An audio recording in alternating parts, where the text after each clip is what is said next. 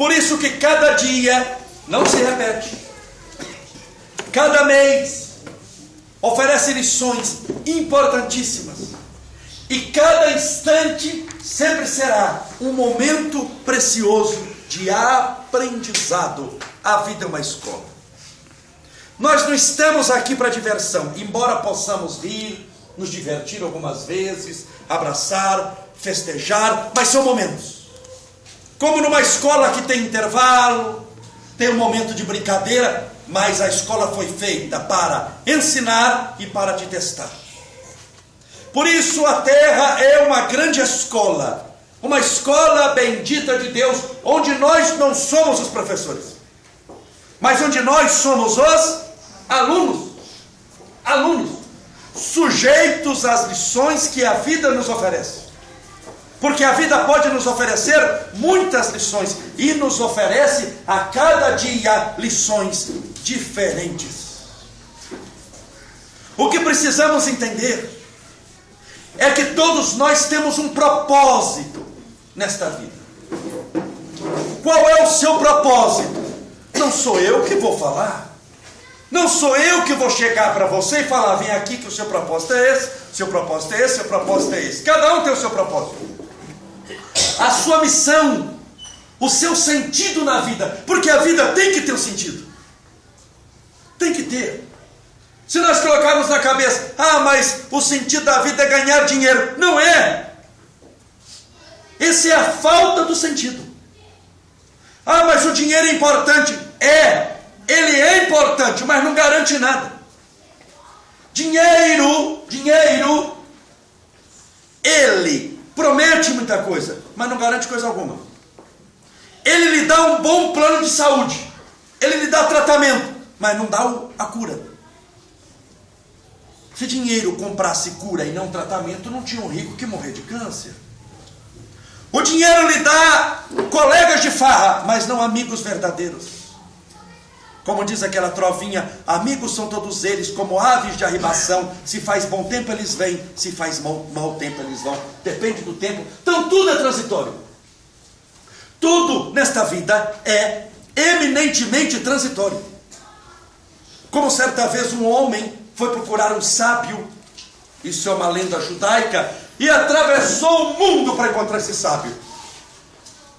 Quando chegou na casa dele, não tinha nada, só tinha uma escrivaninha, uma cadeira e uma cama, mais nada. E ele perguntou: mas onde estão seus móveis? Ele disse: eu não tenho móveis, eu estou aqui só de passagem. Nós estamos na terra só de passagem, e todos passaremos, não há exceção, todos nós passaremos. Portanto, nós devemos, durante essa passagem, descobrir um sentido na vida, para que a gente possa deixar uma marca. Não é no mundo, não, é em nós mesmos. E lembrar que nós não devemos buscar facilidades. Por exemplo, falando de missão, sentido na vida, de passagem, de vitória, de felicidade, vamos citar o nosso Chico Xavier. Quando eu falo o nome Chico Xavier, automaticamente, junto com o nome, já vem o quê? Uma pessoa humilde, caridosa, o maior médium espírita do mundo, um poço de sabedoria, de humildade, de caridade, de amor. É aquela vida onde quantas pessoas não chegam para mim e falam: eu queria ter a mediunidade de Chico Xavier. Eu digo: quem é que não queria? Só que nenhum de nós queríamos passar o que Chico passou. Então veja uma vida vitoriosa, só citando alguns flashes da vida do Chico. Quando o Chico nasceu, a mãe do Chico casou-se com 13 anos. 13 anos, 9. E teve 9 filhos. 9 filhos. O que era muito comum antigamente, ter muito filho em casa nova. 13 anos, 9 filhos. Chico era o 4º filho. Pobre, de marré. Quando ele completou 5 anos, a mãe morreu. Veja bem, um lar estruturado é importante, sim ou não? A presença da mãe, a presença do pai. E eu estou tratando do médium espírita mais famoso do mundo. É uma pessoa comum. Então imagine a preocupação da espiritualidade de dar um lar para ele. Tiraram a mãe, com 5 anos. O pai, senhor João Cândido, a mãe chamava-se Dona Maria de São João de Deus. É o nome da mãe do Chico. João Cândido, que era o pai, fez o quê? Ele era caixeiro viajante, precisava viajar, ganhar dinheiro. Ele pegou, quantos irmãos eram? 9. E pegou cada um dos 9 e deu numa casa diferente, sem repetir a casa. Deu para 9 casas diferentes. Entre uma das casas deu quem? Chico Xavier. Chico caiu. Ele podia cair com qualquer pessoa, menos, eu já contei isso aqui, menos com a madrinha. A madrinha do Chico, não é que ela não gostava do Chico, ela odiava o Chico. Ela tinha um ódio mortal. Mas por que ela odiava o Chico? Nem ela sabe explicar, nem Chico Xavier saberia explicar, e nem eu sei explicar. Era aquele ódio natural, ódio, não foi com a cara ódio, ela não odiava. Tanto que ela batia nele todo dia, à tarde, tinha hora para apanhar, com vara de marmelo, que é aquela vara que dobra, mas não quebra. E a raiva era tamanha, que ela pegava garfo e dava garfadas, mas com força, no abdômen dele. Com força. Tanto que quando Chico desencarna, dia 30 de junho de 1992, foi 92 ou 2002? 2002, perdão, quando foi o pentacampeonato. Quando o Chico desencarna, ele tinha 92 anos. Esse episódio que eu estou contando, ele tinha 5 anos. Com 92 anos, o abdômen dele era todo marcado pelas garfadas que ele levou aos 5 anos de idade. Para ver como foram violentos. Eram surras violentas. A mãe, Dona Maria de São João de Deus, já desencarnada, aparece para o Chico. E diz, meu filho, eu vim te consolar. Chico ajoelhado, chorando no meio de uma bananeira, no quintal, na terra, apanhando da madrinha todo dia, e a mãe veio trazer um consolo. E falou o seguinte para ele: apanha sem ter raiva, porque mais do que você apanhou Jesus de Nazaré. E um dia eu volto para te buscar. Eu só espero que você aguarde um pouco. Demorou 87 anos para ela vir buscá-lo. Porque dos 5 aos 92 diminua, dá 87 anos depois, essa mulher vem buscá-lo. Mas ela disse: quando você apanhar da madrinha, não a odeie. Veja a visão da mãe. Porque Deus tem uma missão para você. E é isso que eu estou tentando passar. Deus tem uma missão para você também. Se você odiar agora, quando for criança, esse ódio vai piorando, piorando de tal maneira que quando você for adulto e for exercer a sua tarefa, esse ódio vai atrapalhar. E você não vai conseguir caminhar com a luz, porque vai ficar escravo das próprias paixões. Só o amor liberta, o ódio escraviza. Quer ficar preso a alguém? Odeie, é a melhor maneira. Ele morre e você lembra dele todo dia, assim mesmo. Está vivo na nossa mente. Qual é a melhor maneira de se livrar de alguém? Amando. Só amando você esquece. Só amando. Você que tem problema com o marido, não aguenta mais e quer se livrar dele, ame. Porque só amando você libera. Se você odiá-lo, ele morre e você lembra dele todo dia. Mas ele me batia, ele me maltratava. Mas querida, já morreu há 30 anos. Mas ele vai morrer de novo. Porque não sei. O ódio escraviza.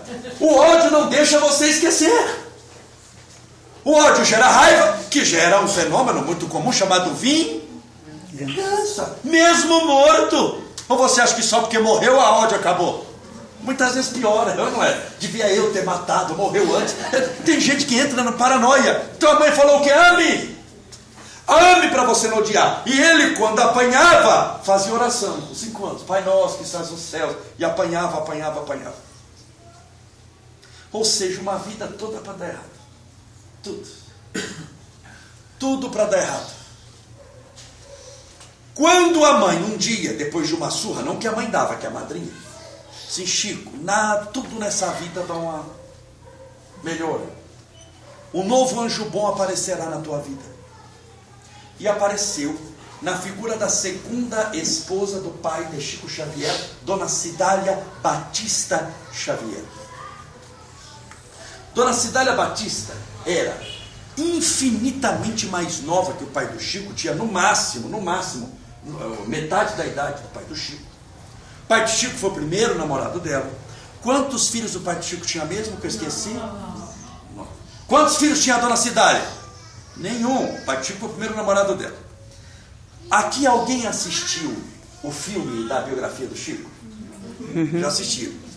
Lembra daquela cena que o pai vai numa carroça vai buscar o Chico Xavier, a madrinha ainda fica brava, pega o Chico para levar para o casamento?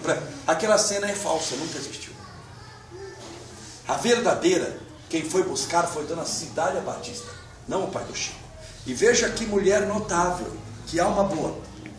Ela chegou para o pai do Chico, que tinha 9 filhos, e de pobre, e disse: eu só tenho uma condição para casar com você, não te peço mais nada.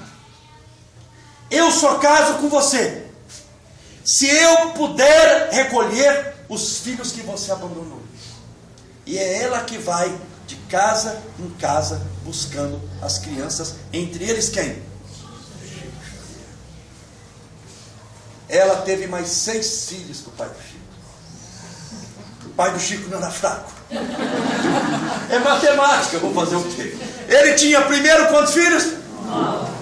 Mais 6, quanto dá? 15. 15, irmãos, contando com ele. 15.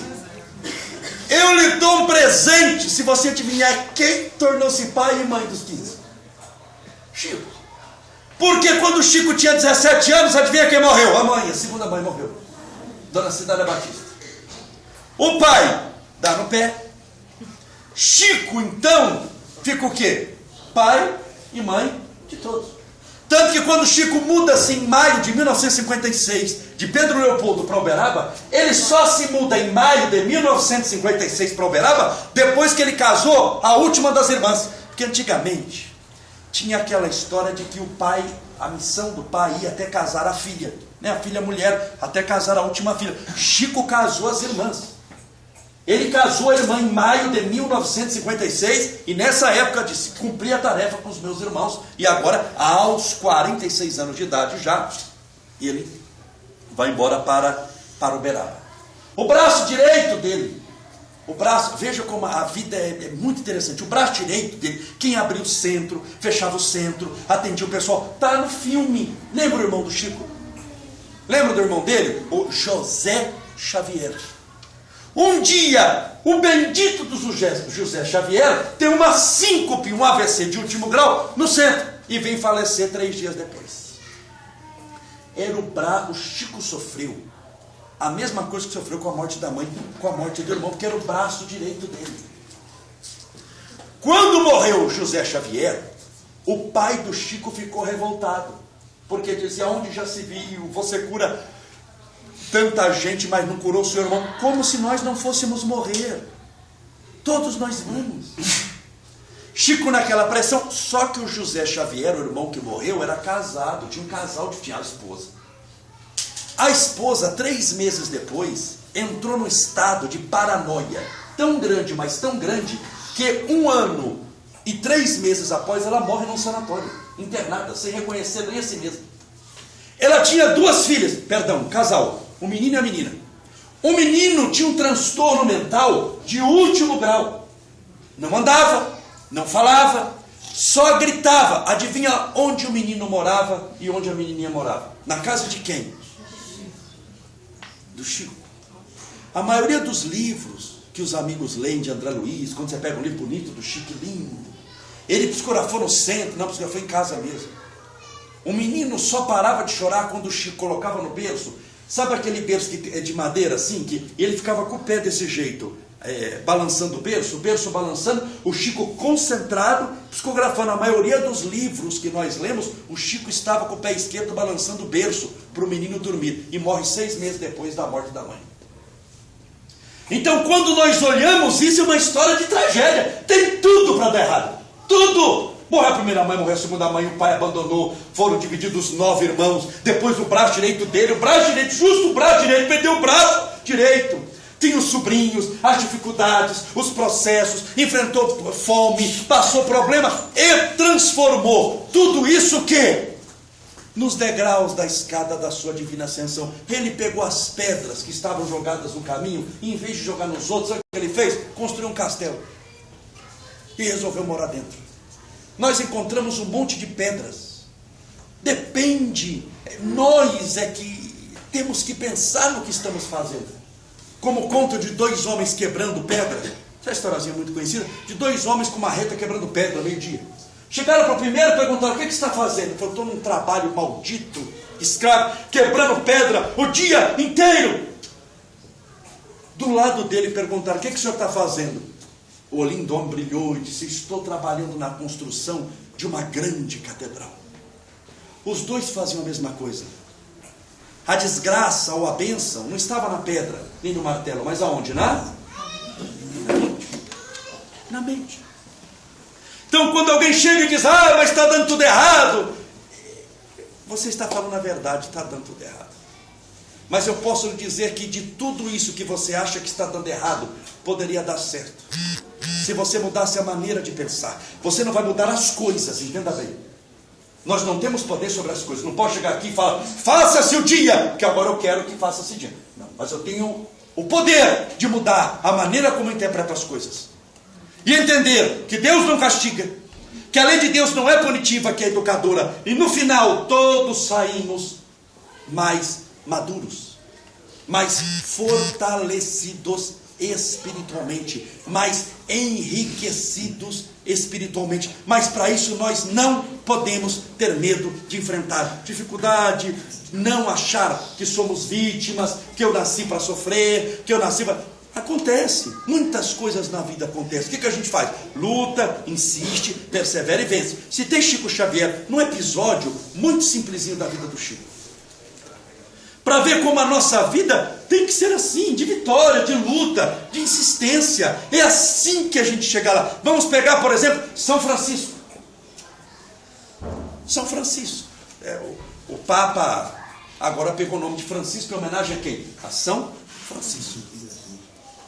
São Francisco, a vida foi sempre tranquila, sossegada, nunca teve conflito. Foi assim, não? Não, isso é para quem não estudou a biografia de São Francisco.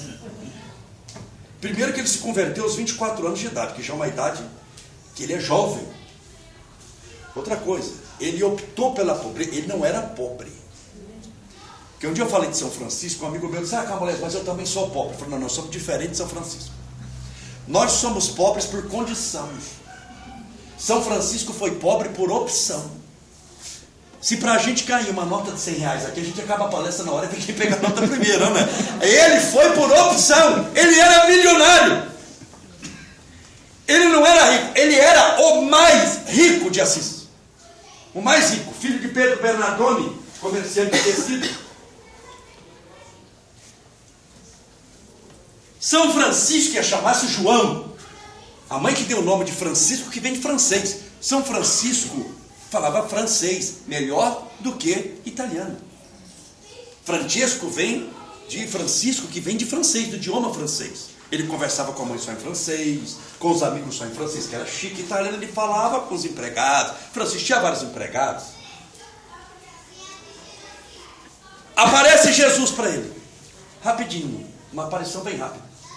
Aparição não, ele ouve Jesus dizendo: Francisco, reconstrói a minha igreja. Vamos ver quantas palavras dão? Francisco, reconstrói a minha igreja. Quantas deram? 5. E foi embora. Não explicou que igreja que era, onde que era, que tijolo que usava. Aos 24 anos. Francisco pensou o quê? Jesus pediu para eu reconstruir a igreja. Lembrou da igreja de São Damiano, toda destruída. Então já tenho a igreja e já tenho o pedido. Simples. Eu sou rico, mas a riqueza não é minha. É de quem a riqueza? Do meu pai. Não é do meu trabalho, é do trabalho do meu pai. Se fosse para construir com dinheiro, Jesus apareceria para mim ou para o pai, que é o dono do dinheiro? Para o pai. Falava: Bernardoni, constrói. A Pedro, que era o nome do pai de Francisco. Pedro, Bernardo, constrói a minha igreja. Pediu para mim, vai ter que ser dinheiro. E foi construindo a igreja, pedindo esmola, isso e aquilo. Ele tornou-se santo antes de construir a igreja, tanto que demorou.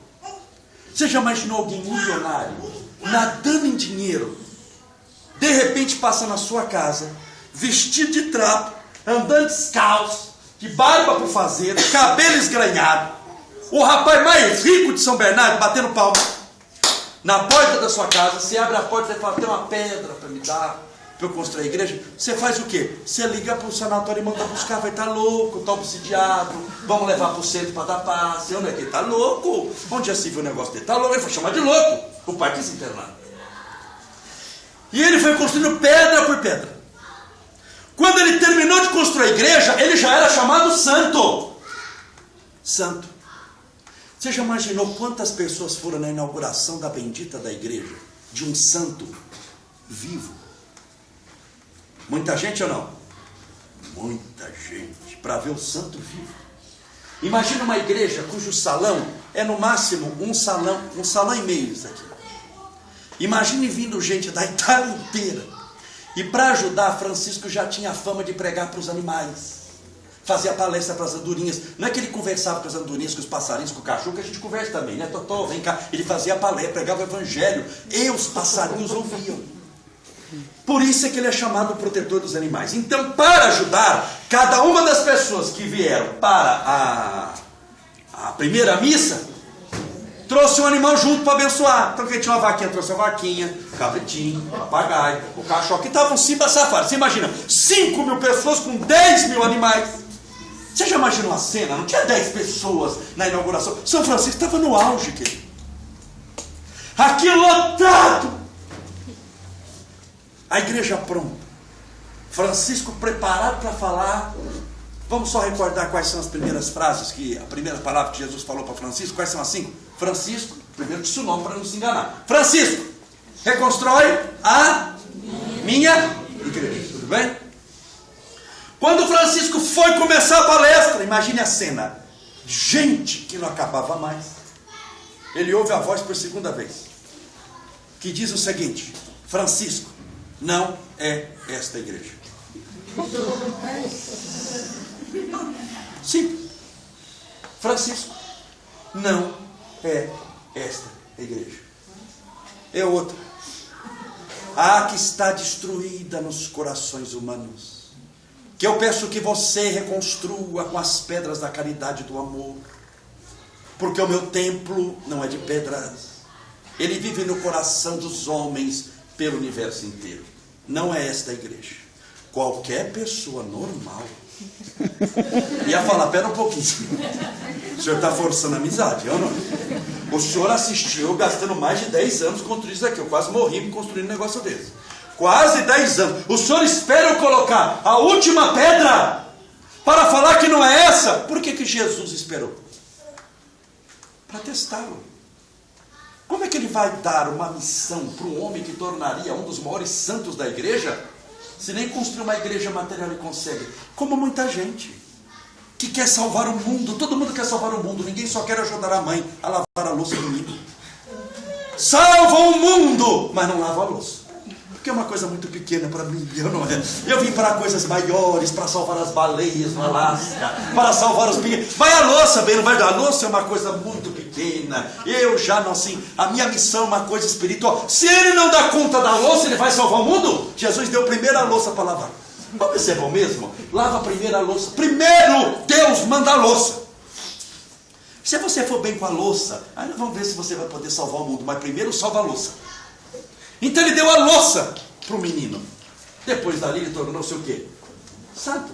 Ele cumpriu isso perfeitamente. E não, nem pregou aquele dia. Falou perfeitamente, nem perguntou por quê. Sim, senhor. Saiu e foi pregar fora. Foi viver fora.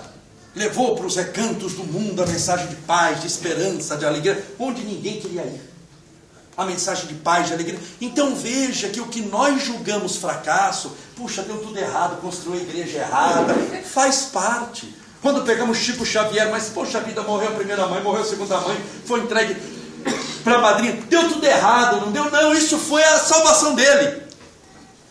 Eu vi o próprio Chico dizendo, da própria boca, isso não é psicografia não.